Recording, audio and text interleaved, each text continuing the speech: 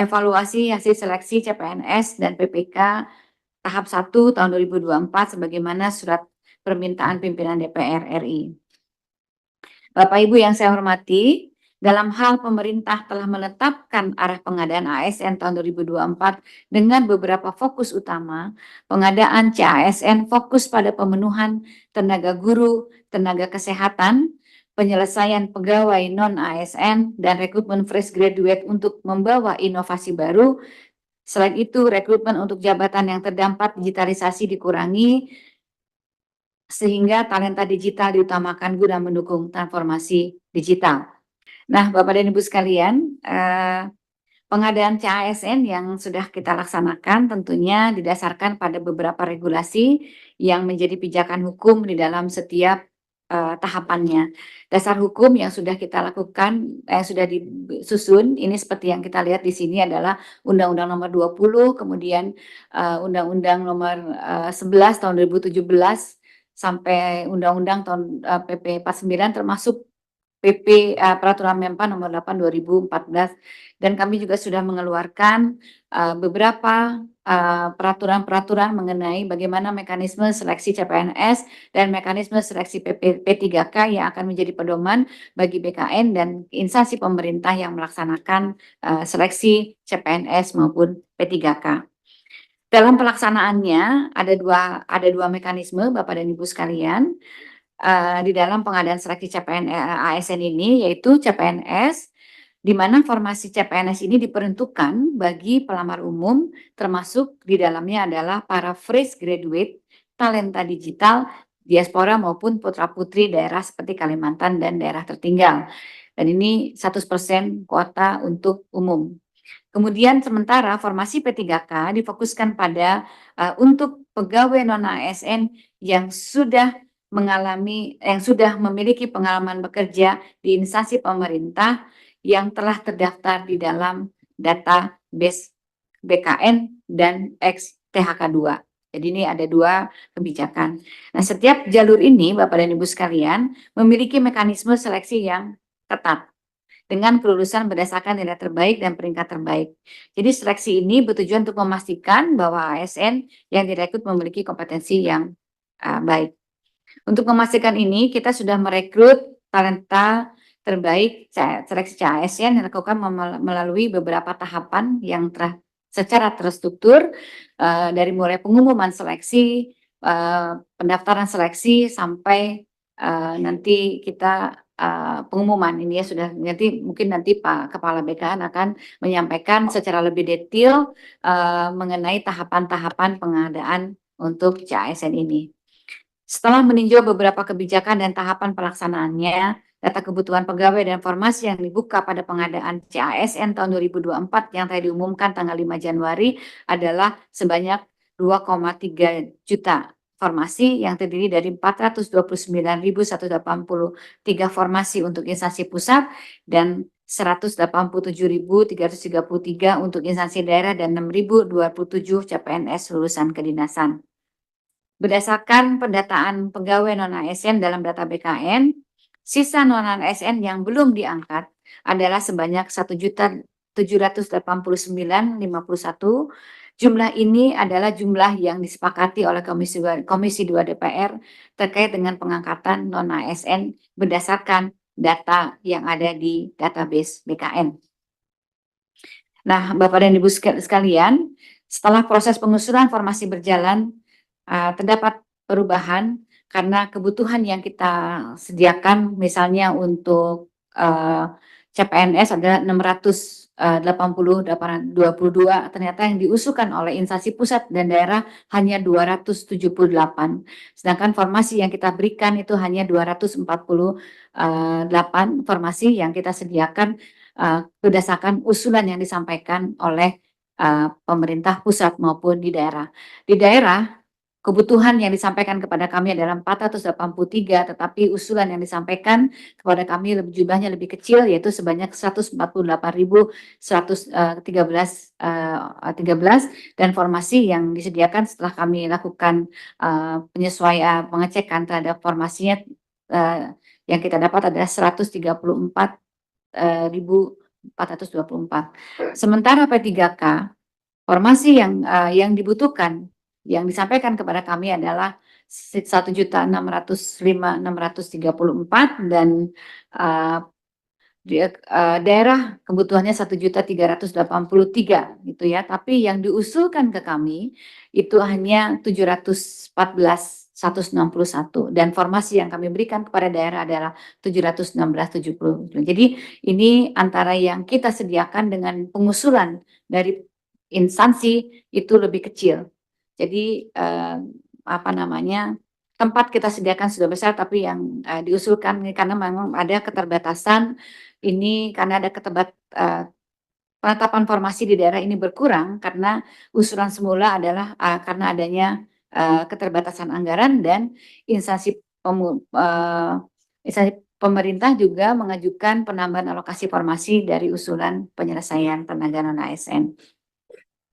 Bapak dan Ibu sekalian, dari total 1.266.000 yang saya sampaikan tadi, berikut merupakan rincian formasi untuk CPNS dan P3K. Jadi Bapak dan Ibu bisa lihat dari ini total formasi yang sudah kita berikan kepada daerah yang tentunya lebih kecil daripada kebutuhan yang sudah ditetapkan, sampaikan kepada Kementerian lembaga dan daerah. Setelah melalui berbagai tahapan pengadaan, kami mencatat beberapa hal yang menjadi evaluasi, yaitu pertama, terdapat beberapa instansi yang menunda penyelesaian dan pengadaan CPNS. Jadi masih ternyata ada juga yang instansi menunda atau menunda dan pengadaan CPNS. Yang kedua adalah usulan formasi yang disampaikan pemerintah itu tidak optimal, jadi belum optimal. Jadi tidak sesuai dengan yang data yang kami punya. Kemudian instansi yang tidak mengusulkan formasi sesuai, ada juga instansi yang tidak mengusulkan formasi sesuai dengan kualifikasi pendidikan dan jabatan bagi pelamar yang sudah terdata di dalam database PKN. Yang keempat, adanya pelamar yang mendaftar pada unit kerja yang tidak sesuai dengan data yang bersangkutan. Sebagaimana telah kami sampaikan tadi, bahwa satu fokus pengadaan CASN adalah menyelesaikan penataan pegawai non-ASN. Oleh karena itu dalam forum ini kami ingin menyampaikan bagaimana komitmen pemerintah dalam penataan pegawai non-ASN. Jika dirunut dari hulu, Bapak dan Ibu sekalian, pegawai non-ASN muncul salah satunya akibat ketidakdisiplinan instansi di dalam rekrutmen, terutama karena pilkada. Kepala daerah cenderung untuk melakukan perekrutan tenaga honorer sebagai imbas dari proses pemenangan pilkada. Hal ini juga berlaku kepada KL mungkin dalam skala yang lebih kecil. Namun demikian, meskipun rekrutmen pegawai non-ASN dilaksanakan oleh P3K atau PPK instansi masing-masing, pada sisi hilir penataan tenaga non-ASN menuntut keterlibatan berbagai pihak. Jadi ada Kementerian Pan-RB berperan untuk menetapkan kebijakan rekrutmen pengadaan non-ASN, penetapan kebijakan, BKN berperan untuk melakukan penetapan kebijakan teknis pelaksanaan seleksi, Kementerian Keuangan mendukung dari sisi alokasi anggaran, Kementerian, lembaga, dan pemerintah daerah bertanggung jawab atas pengusulan dan pengelolaan pegawai ASN. Sementara DPR terlibat dalam pengawasan regulasi dan Kemendagri sebagai pejabat pembina pemerintah daerah juga melakukan pengendalian.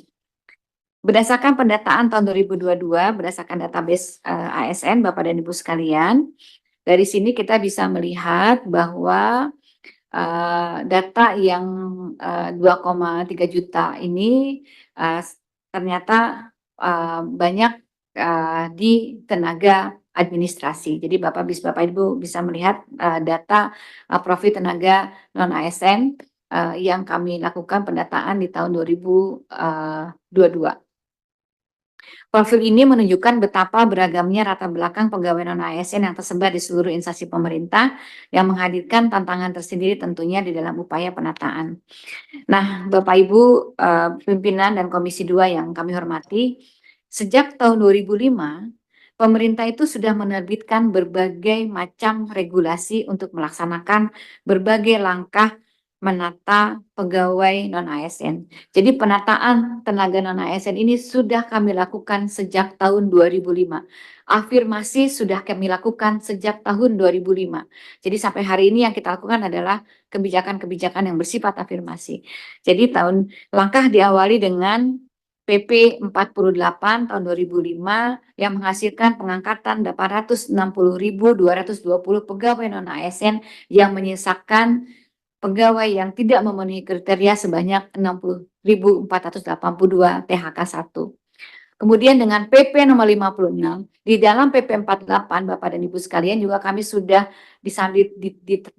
disebutkan tidak diperbolehkan lagi mengangkat tenaga non-ASN. Jadi pelarangan sudah disampaikan sejak tahun 2005. Kemudian dengan PP nomor 56 tahun 2012, pendataan kemudian menjadi membengkak dari semula 60.482 menjadi 642.462. Dan kami juga sudah melakukan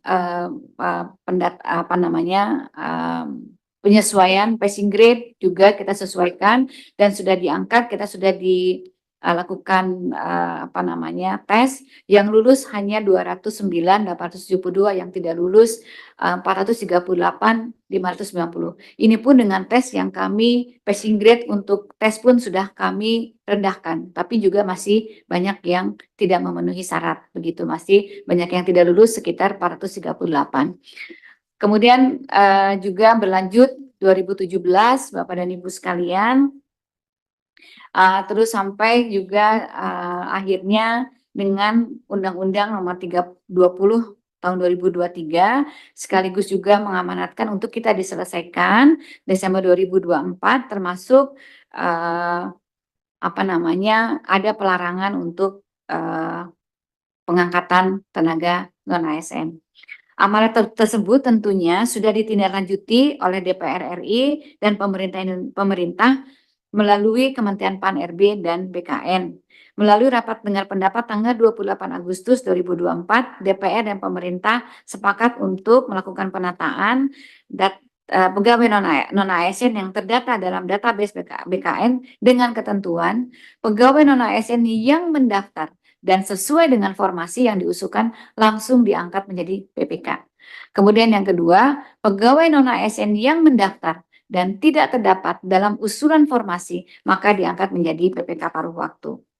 Selanjutnya Bapak dan Ibu sekalian, nanti Kepala BKN akan menyampaikan hasil secara lebih detail dalam rangka komitmen kami untuk melaksanakan komitmen yang sudah dilaksanakan atau sudah ditetapkan pada tanggal 28 Agustus 2024. Kami sudah mengeluarkan berbagai keputusan, 3 keputusan Permen PAN-RB yang mengatur kriteria pelamar, kemudian juga diterbitkan 3 surat menteri, yaitu yang memastikan aspek penganggaran gaji pegawai non-ASN dan PPK paruh waktu, serta penjelasan mengenai pengadaan P3K, termasuk berbagai rapat dan coaching klinik yang lebih intensif telah kita laksanakan. Bapak dan Ibu sekalian, hal yang penting yang perlu kita sampaikan adalah kita dalam penataan undang-undang ini adalah ada undang-undang mengenai undang-undang HKPD, yaitu proporsi belanja pegawai tidak boleh lebih dari 30% dari total APBD. Beberapa daerah bahkan sudah memiliki rasio belanja pegawai tertinggi sebanyak 57,30%. Ini tidak termasuk belanja pegawai yang ada di program-program maupun proyek-proyek yang ada di masing-masing kementerian. Jadi rata-rata nasional rasio belanja pegawai pada APBD itu adalah 37,18%. Tentunya kita semua harus mengendalikan rekrutmen ASN ini secara proporsional agar belanja pegawai tidak melebihi batas rekrutmen sehingga tidak berdampak kepada stabilitas di pemerintah daerah. Bapak dan Ibu sekalian, Bapak yang kami hormati, kami kembali menyampaikan bahwa penyelesaian penataan pegawai non-ASN ini tentunya membutuhkan sinergi yang banyak pihak, bukan hanya menjadi tanggung jawab pemerintah semata. Pada proses yang sudah panjang yang telah kita lewati ini, pemerintah pusat telah melakukan berbagai upaya memberikan afirmasi dengan memberikan atau menerbitkan regulasi mengenai rekrutmen dan kebijakan afirmasi, alokasi anggaran, hingga komunikasi intensif dengan kementerian dan lembaga.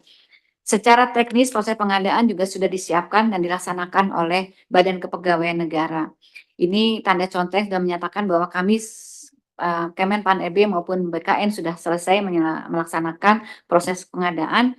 Selanjutnya, setiap instansi pemerintah, baik pusat maupun pemerintah daerah, perlu turut berkolaborasi di dalam penyelesaian permasalahan ini dengan memastikan tidak adanya rekrutmen pegawai ASN baru, menyediakan anggaran untuk pegawai non-ASN selama proses seleksi, bertanggung jawab terhadap penataan pegawai non-ASN di instansi masing-masing, dan memastikan pengangkatan non-ASN sesuai dengan kebijakan nasional.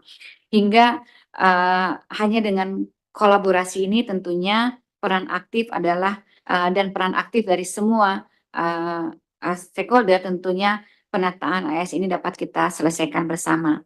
Bapak dan Ibu sekalian, setelah mencermati hasil pengadaan CASN komitmen yang kita laksanakan, kami laporkan rencana tindak lanjut bahwa dengan mempertimbangkan kebutuhan penataan dan penempatan ASN untuk mendukung berbagai program prioritas pembangunan dan menjawab secara tuntas berbagai tantangan yang muncul dalam proses pengadaan CASN, penataan ASN nasional secara menyeluruh, dan adanya usulan penundaan seleksi dari beberapa daerah, pemerintah mengusulkan untuk dilakukan penyesuaian jadwal pengangkatan CASN sebagai pegawai ASN dengan perkiraan pengangkatan pada akhir 2025 atau di awal 2026. Memastikan bagi pelamar yang telah mengikuti dan dinyatakan lulus selesai CASN tetap diangkat sebagai pegawai ASN. Pimpinan dan anggota Komisi 2 DPR yang saya hormati, demikian yang ingin kami sampaikan. Kami berharap dukungan dari segenap pimpinan dan anggota Komisi 2 DPR RI untuk keberhasilan pencapaian program kinerja Kemenpan RB guna mendukung agenda pembangunan nasional 2025-2029, termasuk dukungan untuk penyelesaian penataan pegawai non-ASN serta target-target dapat tercapai. Dengan semangat kolaborasi, komitmen yang kuat, mari kita wujudkan SDM aparatur yang lebih baik demi terwujudnya tata kelola pemerintahan yang lebih efektif, efisien, pelayanan publik yang berkualitas, serta pembangunan yang berkelanjutan demi Indonesia yang lebih maju. Terima kasih Bapak dan Ibu sekalian. Wassalamualaikum warahmatullahi wabarakatuh.